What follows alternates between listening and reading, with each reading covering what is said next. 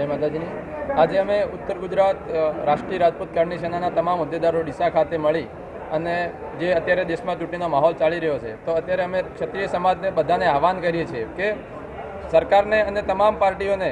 અમે અલ્ટિમેટમ આપીએ છીએ કે ટૂંક સમયમાં જે પણ બાકી જે ઉમેદવારો રહ્યા છે એમાં ક્ષત્રિય સમાજને વધારેમાં વધારે પ્રાધાન્ય આપવામાં આવે અને ક્ષત્રિય સમાજના જ ઉમેદવાર જાહેર કરવામાં વધારેમાં વધારે, કારણ કે ગુજરાતમાં બધી પાર્ટીઓના જે અત્યાર સુધીની જાહેરાતોમાં કે ક્ષત્રિય સમાજનું વર્ચસ્વ દેખાઈ રહ્યું નથી અમને, તો સરકારને અને તમામ પાર્ટીઓને અમે અલ્ટિમેટમ આપીએ છીએ કે તમે આ પ્રમાણે જ કામ કરશો। અને બીજી વાત કે ગઈકાલે વિજાપુરમાંથી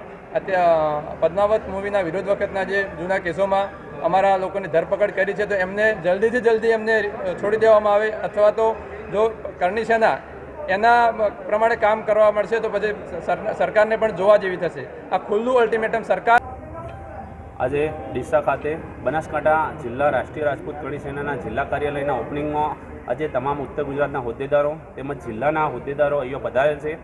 તથા તમામ રાજકીય પક્ષોને અમે કહેવા માગીએ છીએ કે રાષ્ટ્રીય રાજપૂત કરણી સેના તથા આ સંગઠનના નેજા હેઠળ તમામ સમાજો એકત્રિત છે અને